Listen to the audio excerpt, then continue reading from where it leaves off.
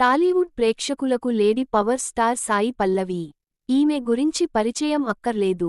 మలయాళంలో super hit అయిన ప్రేమం ద్వారా ప్రేక్షకులకు పరిచయమైన ఈ అమ్మడు ఆ తర్వాత వరుణ్ తేజ్, ఫిదా తో టాలీవుడ్లో గ్రాండ్ ఎంట్రీ ఇచ్చింది.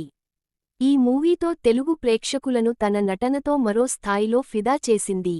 ఆ తర్వాత ఎంసీఏ, పడి పడి లేచే మనసు, లవ్ స్టోరీ, శ్యామ్ సింగరాయ్, విరాటపర్వం వంటి సినిమాల్లో నటించి నటిగా తన ప్రత్యేకతను చాటుకున్నారు. రీసెంట్గానే తమిళంలో శివకార్తికేయన్ సరసన నటించిన అమరన్ సినిమా ఘనవిజయం సాధించింది. అలాగే తెలుగులో నాగచైతన్యతో కలిసి నటించిన తండేల్ కూడా మంచి పేరు తెచ్చిపెట్టింది. ఇక తన అందంతో, అభినయంతో ఎంతో మంది అభిమానులను కట్టిపడేసిన ఈ భామ పలు భాషల్లో సినిమాలు చేస్తూ బిజీగా ఉంటుంది. అయితే ఇప్పుడు ఆ ఇమేజ్కు పూర్తి భిన్నంగా, ఇప్పటివరకు ఎప్పుడూ చూడని అవతారంలో సాయి పల్లవి కనిపించబోతుందనే వార్త సినీ వర్గాల్లో హాట్ టాపిక్గా మారుతోంది.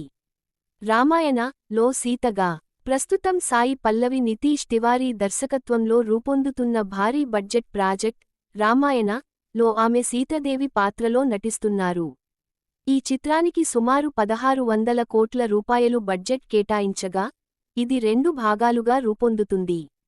ఈ సినిమాలో రణ్బీర్ కపూర్ రాముడిగా, యష్ రావణుడిగా, కాజల్ అగర్వాల్ మండోదరిగా, సన్నీ డియోల్ హనుమంతుడిగా నటిస్తున్నారు. పలువురు బాలీవుడ్, దక్షిణాది స్టార్ నటీనటులు ముఖ్య పాత్రలు పోషిస్తున్నారు.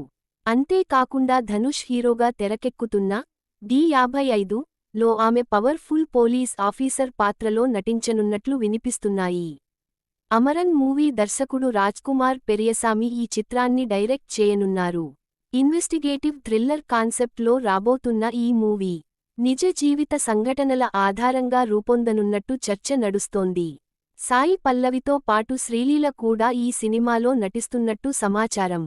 ఇండస్ట్రీ వర్గాల్లో వినిపిస్తున్న కథనాల ప్రకారం ఈ చిత్రంలో ఆమె ఒక కఠినమైన పోలీస్ అధికారిని పాత్రలో కనిపించబోతున్నారు. నేరస్తులను వెంబడించే ఇంటెన్స్ క్యారెక్టర్లో ఆమె కనిపించనున్నట్లు టాక్ వినిపిస్తోంది. సాయి పల్లవి కెరీర్లో ఇది పూర్తిగా కొత్త తరహా పాత్రగా చెప్పుకుంటున్నారు.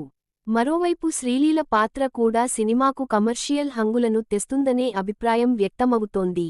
క్లాస్, మాస్ ఆడియన్స్ను ఒకేసారి ఆకట్టుకునేలా దర్శకుడు పాత్రలను డిజైన్ చేసినట్లు తెలుస్తోంది.